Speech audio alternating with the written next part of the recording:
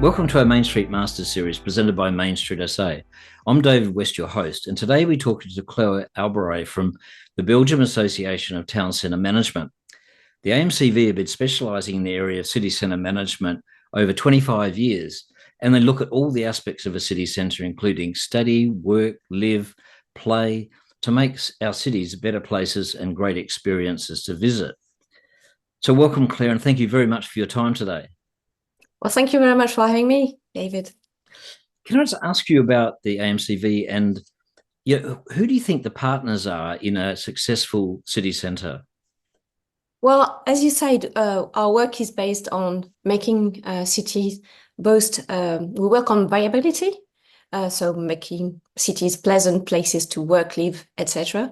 And also we work on the city centres' vitality, so the economic development, the social development of the city centres.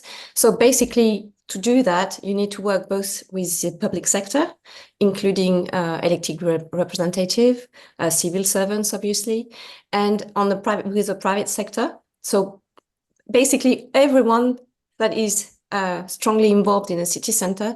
That can be the shopkeepers, the investors, solicitors, all the professional practitioners. And also another point that is very important is for us to work with the associative sector. So neighbourhood committees, but also the culture. You don't have a city centre if you don't have a culture. So the main three aspects we're working with key driving forces of the city centres. So it needs to be a very good partnership, a broad partnership that brings people together with the same sort of aims and outcomes. So what would you say are the main aims that you're working towards? Well, for the moment, we are living, all of us, I think, with different weather forecasters, but still, we're living a major shift in the city centres with the retail apocalypse, which changes all the city centres' high streets, and also with all the paradigms that have just happened. So the pandemic, but also the war in Ukraine, the war in Gaza, the inflation that is really bursting here. And we have a lot of empty cells growing in the city centres that will need to be reallocated to other functions. We will not come back to the 80s, and we will not come back to a mainstream affectation of shops everywhere with brands everywhere. The new retailers are coming, and they're bringing a new life in the city centre, but all those other functions will need to come also with us. So that would imply that the city centres is not as concentrated as it is now. For the moment, many of the cities are built for cars. So basically you go from home and you go to a place where all the services are concentrated. Should that be health, study, retail, everything. Services are meant to be more diffuse now. We are more likely to go within a 15-minute city. In France, you might be aware that during the pandemic, we were not allowed to get out more than 1 kilometer around your house, which is very small, believe me. When you want to jog and when you want to cycle, you are just like running like a rat around your neighborhood. And we were also meant to just visit the shops within this kilometer around, which is less than a mile. And you just realize that actually there's a lot of stuff that do exist that you were not aware of. And you also point out what is missing and what should be here. And in a world where cars are meant to decrease a lot, I don't know if you're aware, but in Europe, we are meant not to build any more thermic cars by 2030, which is next year, really. So if you want people to stop using cars, you must offer them services that are around. and that they can use going by foot. Exactly. So instead of just crying because we just see shops leaving, I think we should think about how to reallocate intelligently and cleverly these cells to be used by other functions that will be needed by the population. So saying in a way that cities and main streets are reimagining themselves and having to think of other ways to become successful again. Well, I'm going to show you a little map that is a bit scary. This is the evolution of a budget. So you can see that these are the constraints of rent, heating, etc. And they're getting bigger and bigger. And the pleasure stuff, the pleasure shopping is getting smaller and smaller. So what happens is that people are changing completely the way of shopping and living. They will go through buying cheaper stuff, and we see arriving a lot of shops that are cheaper than cheaper, really. And so you have people saying, well, I don't care about good food, so I'm going to buy a lot of cheap food, but I will get the smartphone, the highest price iPhone. So you have these two model where people are getting very constrained in their everyday living, and sometimes they spend a lot on something that makes them really happy. So this is also a new way of seeing things. Westfield, which you are aware of, they lost, the share was, I think, around 71.6 euros before COVID. It's now down to 17. So, and Wow. and it's not so, and it's not the worst one. So, I think that's something we must accept. It's not the end of the world. It's the end of this world. But was it so good? It's just new. And the newcomers, they've come a lot with COVID. People are changing completely their lives. People were employees with a wage every month who decided that this was not the life they wanted anymore. And they changed and they opened very specific shops, what we call niche shops, where very specific products, but where they have a very specific also audience. So it's not a shop for everyone, but it's a shop where people belong because they share the same value, and the shopkeeper interacts with their people, so they proximately they're locally close to their customer, but they've got a very strong interaction also with them. They share the same value, and also they have an engagement with environmental issues. People identify themselves to the little world that is created by these shops. And to be honest, when they arrived on the market in 2020, and we saw them arriving, we were just like, not sure that's going to survive more than 6 months. And instead, actually, they are much better than the other ones. And they're growing and they're being very strong in the city centers. Okay. It's interesting. I was going to say about the part of the reimagining is more placemaking, in addition to place management, but placemaking, sort of making better experiences to get people there. Better experience, I don't know if it's better experience, but at least experience people can relate to. We have a very strong, very young staff in the AMCV, and it's very funny because we don't shop and we don't live the same way at all, even if we're on the same planet at the same time. And for instance, I was talking with them on the restaurant stuff, and I was like, well, when you need to choose a restaurant, what will you do? I said, well, I'll go and see the influencer and see on their blog what they're going to. And this is not the way we will do it. I'm going to ask my friends, which I share the same taste, and ask them, do you know a good restaurant at this place?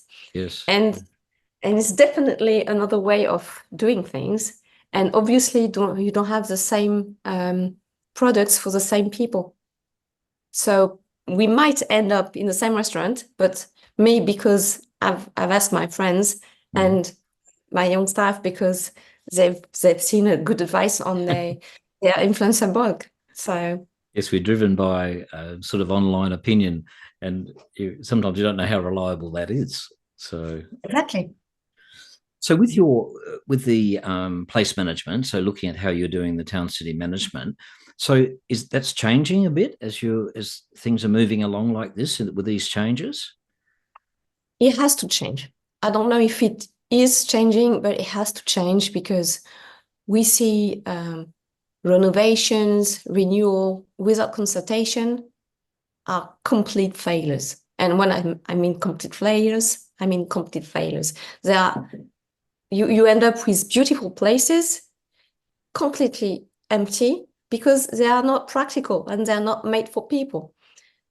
When I say that, David, I feel I've been saying that for the last 20 years and it doesn't change. I'm not going to give the name of the city, but a city just renovated completely. Two places are amazingly beautiful. But on one side, you've got a march about this, probably 1 meter long. And this is a place that is supposed to host concerts and huge stuff. But you're just going to have people at the hospital if you do that, because they're all going to fall. And it's stone. So now they're thinking about redoing it. The city has been under this works for the last 2 years, meaning all the shopkeepers around are off. So you are going to restart the work, really? Yeah, If you have thought about people and ask them and just think about the function, the use that you're going to make of this place, maybe this would have been avoided.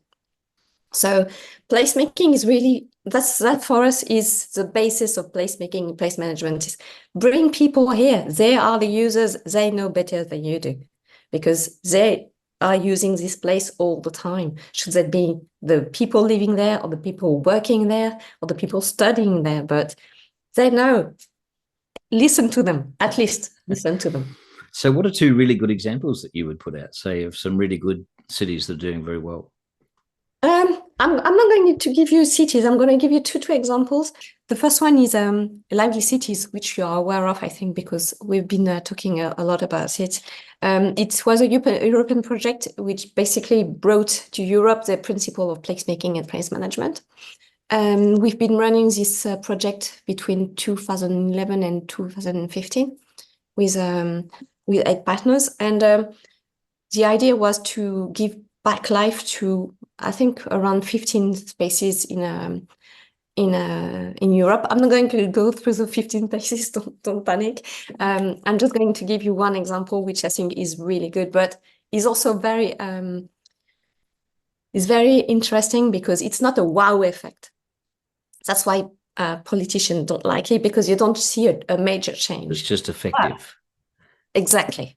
But it really works, and it still does, almost 10 years after. So that's why I'm really proud of this. It's in Tournai, and it was a place completely unused, very beautiful place surrounded with trees, and filled with around you had houses, and people would not speak to them to each other. And when we started with a public consultation. And everybody was furious, saying, no, you're not doing anything in here.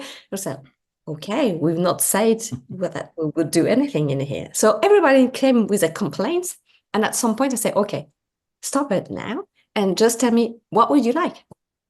And then it was just like a huge silence, because they were just there to complain about and express their fears, which I can understand. But they had not thought about what could be done with the space. What we really want, yes.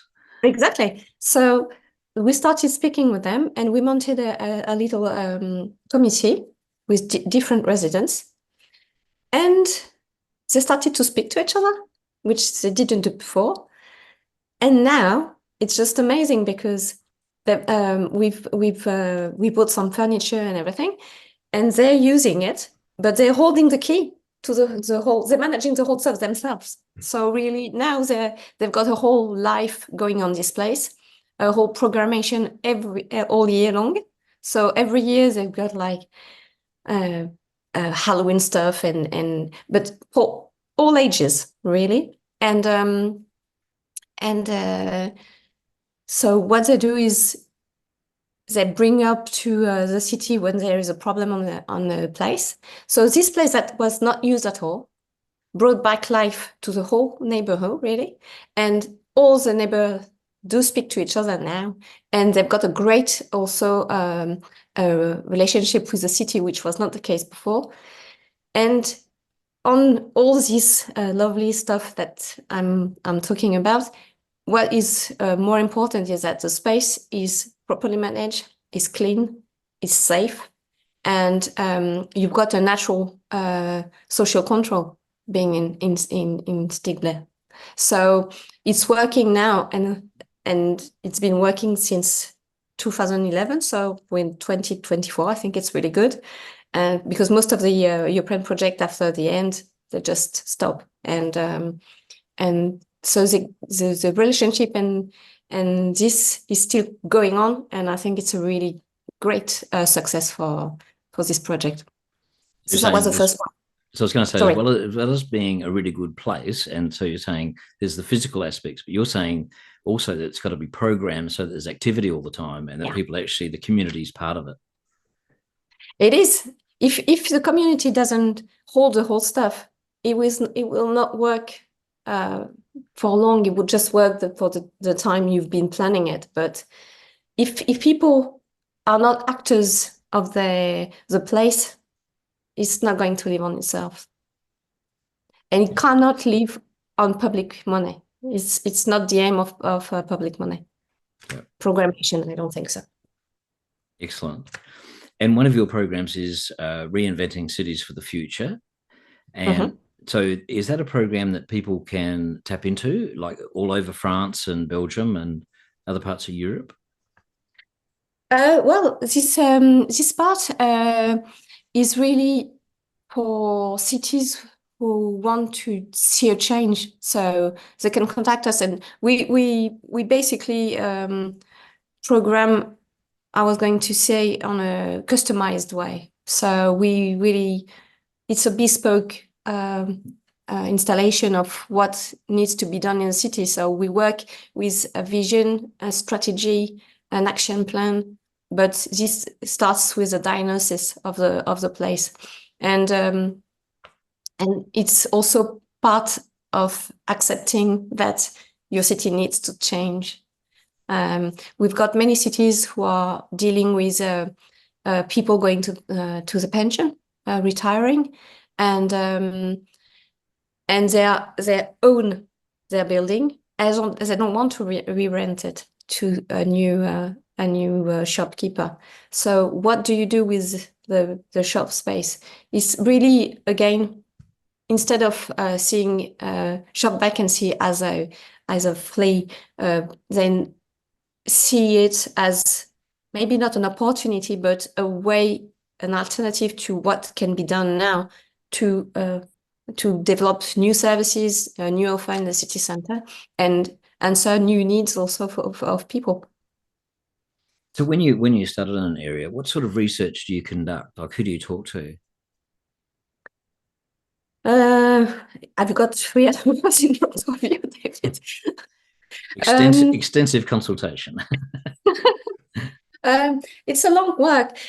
You start with the driving forces, obviously, but what we do is basically we always do a parallel work. Sorry, interviewing the driving forces and the people, and doing our own observatory, because your own observation, you're an external, so obviously you don't see the same thing as the one living there, working there, being there all the time.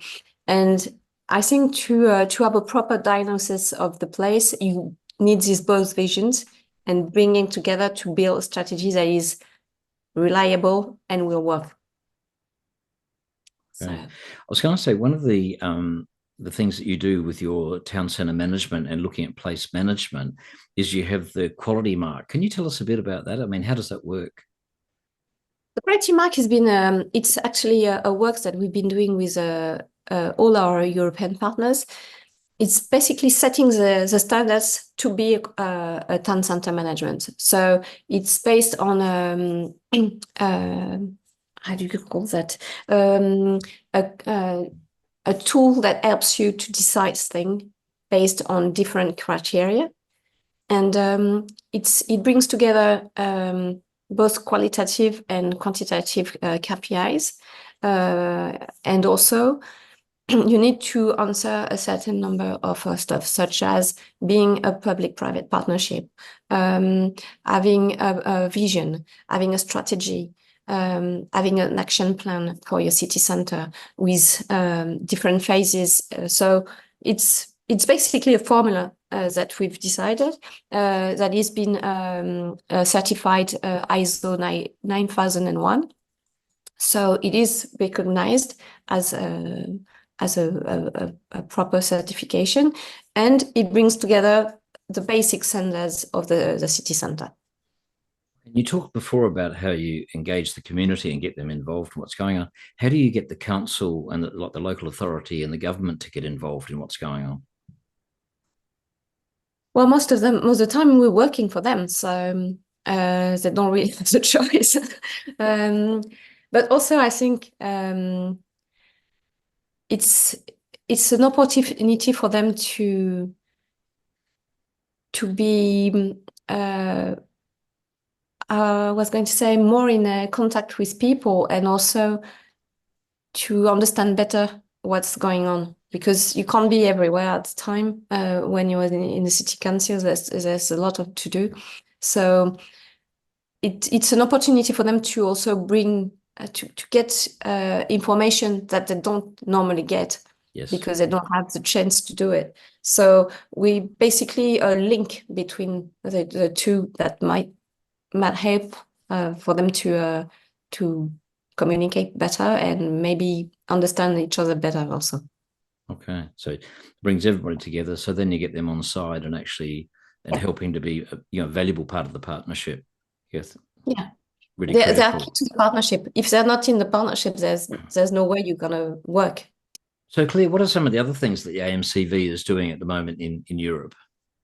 We're involved in the European Observatory for City Centre that has been launched in last February on 6 different stuff, which are commercial diversity, town centre management,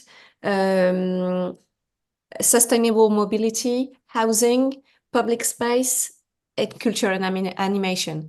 So it's a bunch of different webinars which are open to everyone, so you can listen to them.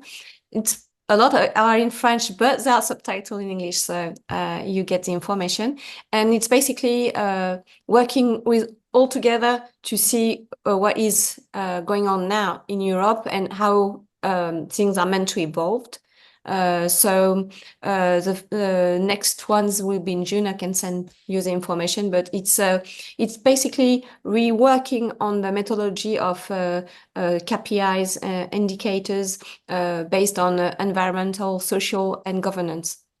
Well, we'll make sure we'll put the link on our Mainstreet SA website, make sure people can log into that and see that information. So thank you so much about that. That's fantastic. Okay, well, I think you're doing some fabulous work over there, Claire. It's really, really excellent to see what you do. And of course, 25 years is a long history of some success there that you've achieved a lot. And it was really good when you came to Australia and actually shared a lot of your experience with us. And we want to thank you so much. I just want to let you know that people who are listening can actually log on to the AMCV at www.amcv.be if you'd like to find out more information about the valuable work that Claire is doing. And, we want to thank Claire for your valuable insights today and being part of the Mainstreet Master Series as part of Mainstreet SA. So thank you so much. It's been a pleasure being with you, David.